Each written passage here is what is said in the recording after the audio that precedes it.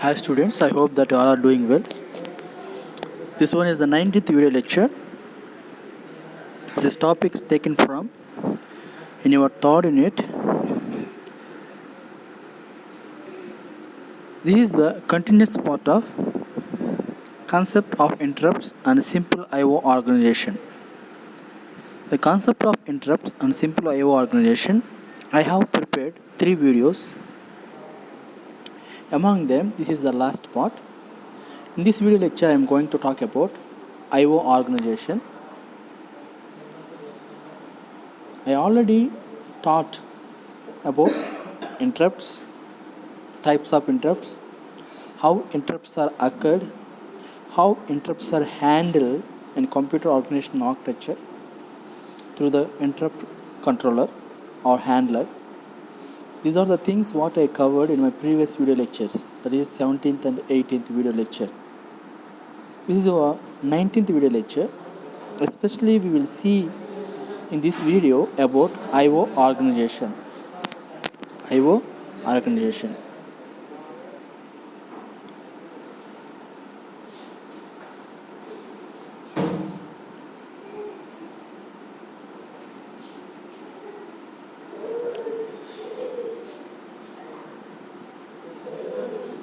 I/O organization is an input-output organization. So I/O devices are keyboard, mouse, monitor, printer, speakers. So these are the I/O devices, or we can call it as peripheral devices. So these devices we are using for communication from external to internal, internal to external.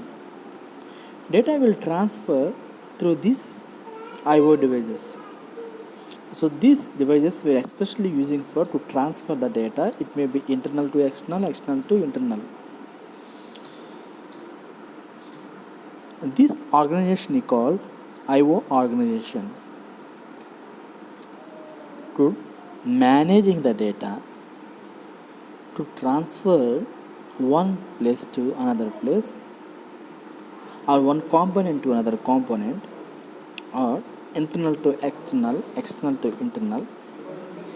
This process and this procedure and this system we called as I/O organization. So in this I/O organization, especially we'll focusing on DMA, that is called direct memory access.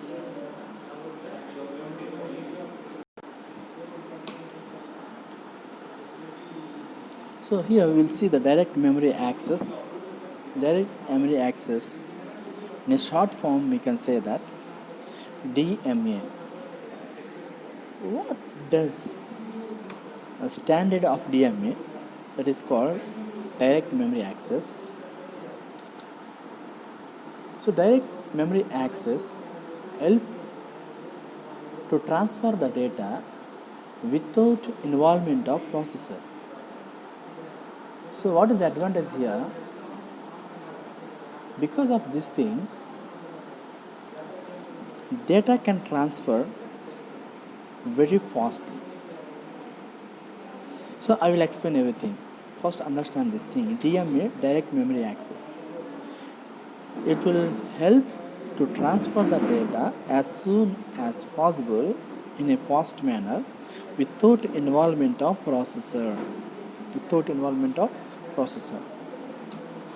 Since it has the transfer blocks of data, DMA controller must increment the memory address for successive words and keep track of the number of transfers.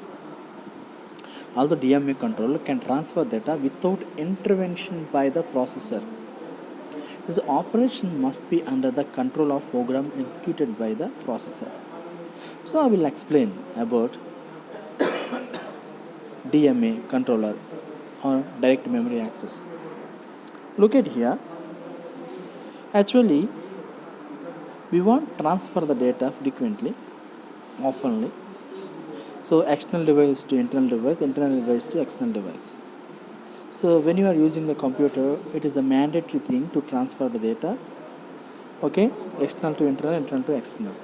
For example, our pen drive, hard disk, just you want to send the data inside of your computer. Again, you want to take the data from the computer. So there is a access between internal and external devices. So now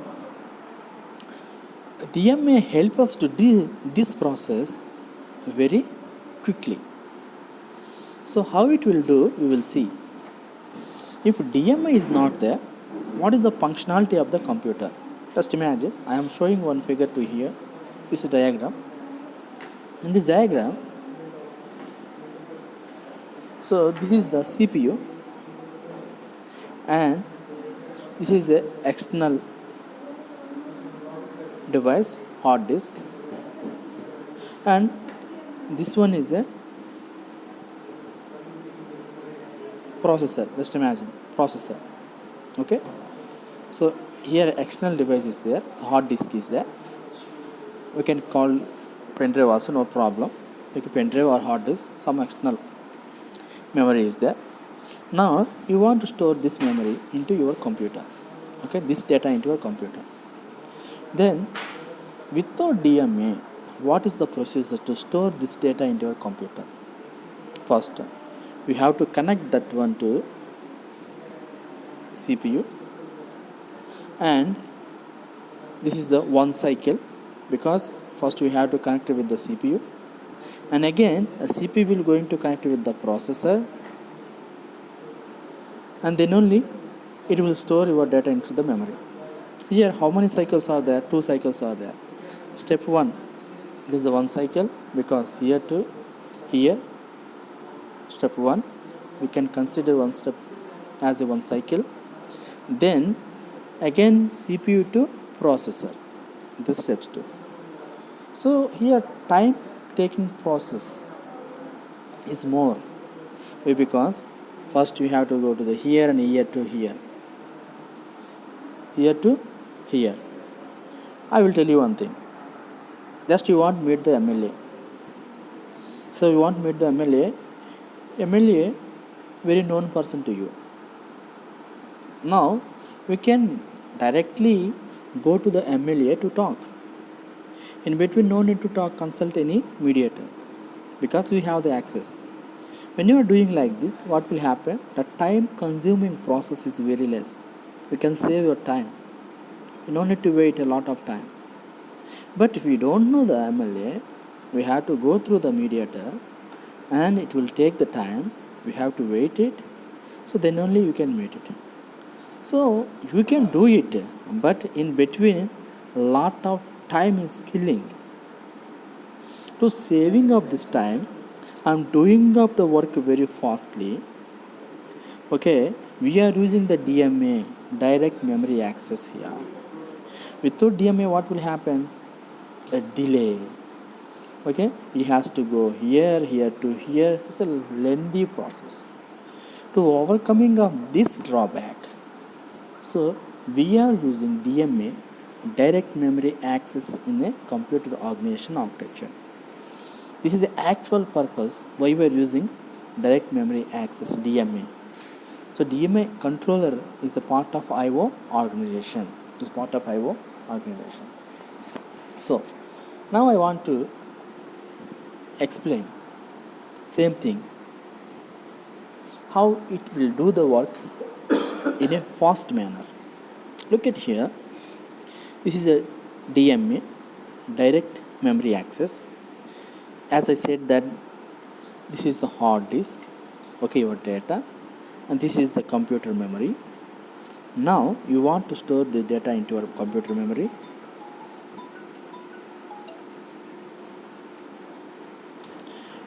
So you want to store your data into computer memory. Then what you will do, without giving information to the processor, CPU, you can directly access the memory. That means you can store the data in a computer memory directly with the help of direct memory access. It will control by DMA controller. DMA controller. What we are able to see here, This one is a DMA controller. It helps to transfer the data very fastly without intervention of processor, or without involvement of processor.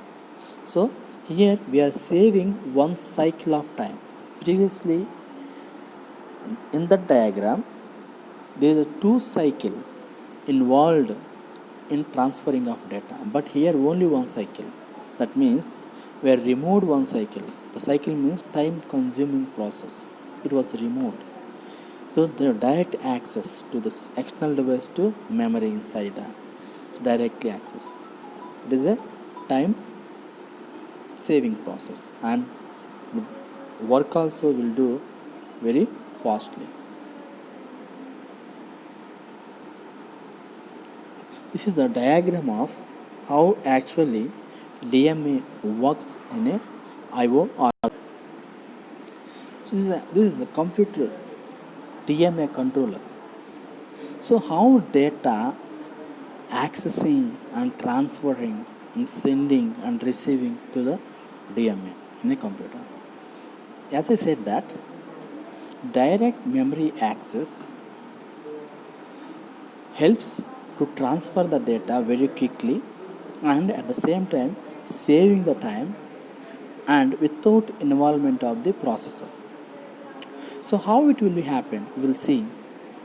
I hope that just know the direct memory access and their functionality, how it works in the computer organization architecture, that much is enough. So as for our syllabus, but I want to give the more explanation regarding how DMA works. Okay, just have a look on this to understand how DMA works in a computer. Just look at here, this is the CPU and this is a DMA controller, and this is a disk controller, and this one is the memory. This is memory means memory inside of your hard disk in a computer. Just imagine this memory and disk controller and DMA and CPU. These all are connected with the bus. This is a bus. Okay, this is bus for what we are using for the traveling of the data one place, one component to another component. This is a bus connected. So they are communicating through the bus. Okay, already we discussed about bus and kinds of bus, how bus are helps in the computer to transfer the data one component to another component. They are the mediators. I already explained. Now here, with the help of the bus, these all components are connected. Now here, memory, disk controller, DMA controller and CPU. So here is the external hard disk. Now you want to transfer the data into your memory card in a computer. Okay. Now first of all, in disk controller, it will maintain the one buffer. It will maintain the one buffer for temporary. It's temporary storage to take the data. So it maintains the one buffer for what? The buffer is a temporary storage device. Now when the data that you want to store inside the memory, the data first of all will come to the buffer, and with that buffer it will give the request to the CPU. Okay, first of all it will give the request to the CPU, then CPU is enable that to store in the memory. Okay, then buffer to memory, there is a connection. This memory buffer data will go and store in the memory. So this is the memory unit. And after that, finishing of the transfer of the data, once the transfer has done it, then immediately that acknowledgement, so this work is done, the acknowledgement will go to the DMA controller. The acknowledgement go to the DMA controller. Now DMA controller, what? It will give the approval acknowledgement, then processor has done. The process has done. So what is this? First of all, it's sending the request to the memory, and immediately the buffer data are going to store in the memory card, and once the works has finished, then immediately the acknowledgement going to the DMA. Here processor will not giving any approval once process has done, that is transferring the data to the memory.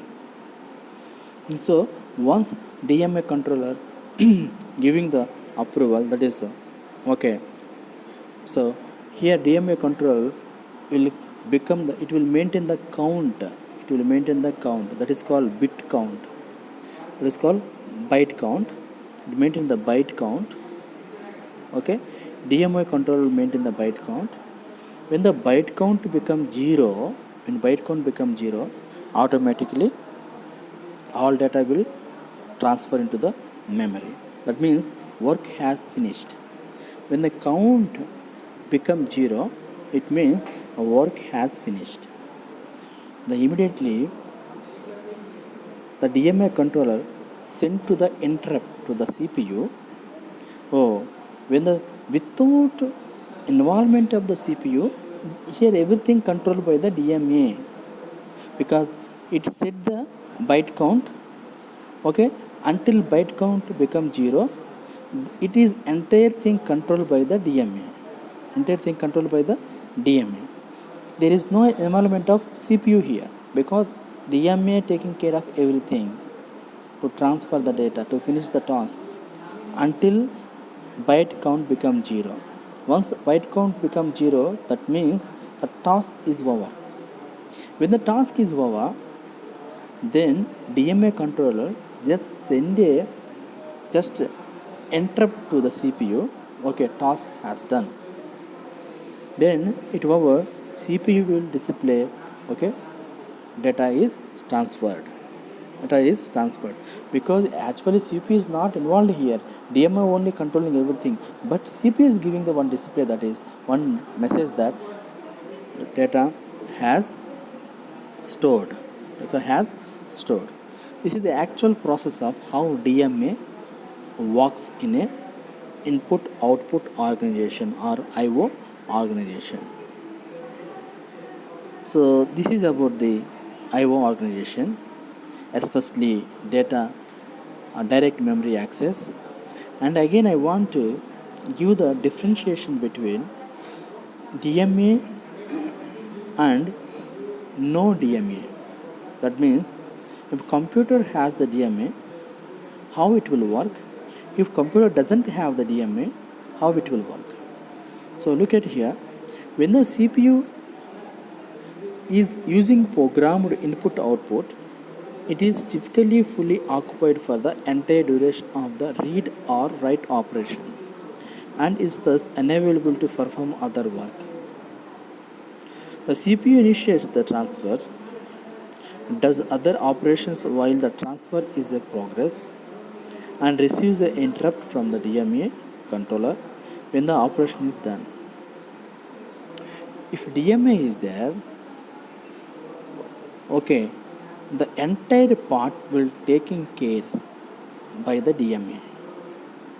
So it will finish the everything and finally it will give the interrupt to the CPU, work has done. But without DMA, it will become a burden for the CPU. CPU will taking care of everything. But with DMA will taking care of everything, but just it will send the interrupt to the CPU, it has done. Okay, that's why the CPU in idle state, but DMA will be in active state. It will do the work as soon as possible in a fast manner. So IO transactions and IO working become very easy. This is the advantage of DMA and disadvantage of the without having a DMA. So DMA following two type of transfer data. Types of DMA transfer, two types of DMA transfers. One is DMA transfer blockwise, it's called block. Second one is cycle stealing. So actually our purpose is to transfer the data in a quick manner without involvement of the CPU. So it will do this process in two ways. That's called DMA transfers in two types. First one is the block transfer. Block transfer. Second one is the cycle stealing. So these are the two ways or two methods followed by DMA. We will see what is a block transfer and what is a cycle stealing. First one is block transfer. DMA block transfer. In this DMA mode, DMA controller is master of the memory bus. Master of the memory bus. This mode is needed by the secondary memory like disk drives that have data transmission and are not to be stopped or slowed without any loss of data transfer of blocks. Block DMA transfer supports faster I/O data transfer rates, but the CPU remains inactive for a relatively long period by tying up the system bus. So what is a block transfer means? A DMA is sending the blocks of data, the more amount of data, secondary device to external device to subsequent device, whatever it may be. It's sending the data, blocks of data, without involvement of the CPU. CPU in a idle state, inactive state. But everything will done by the DMA. It's sending the data block-wise. But one thing that we have to understand, that is, the rate of bit transmission is very high. It will not be stopped and it will not be slower. It will not be stopped, it will not be slower. The rate of transmission rate also very high. And second thing is, it support the block transfer I/O, support the faster I/O data transfer. Faster I/O data transfer. Simple. If you want to say one thing, DMA transfer the data very fastly without involvement of CPU. The data would be block wise. So that is more data it will transfer. Next one is the cycle stealing means. So here system allows DMA controller to use the system bus to transfer one word, after which it should return back control of the bus to CPU. This method reduces maximum 1 I/O transfer rates. This also reduces interface of DMA controller and CPU memory access.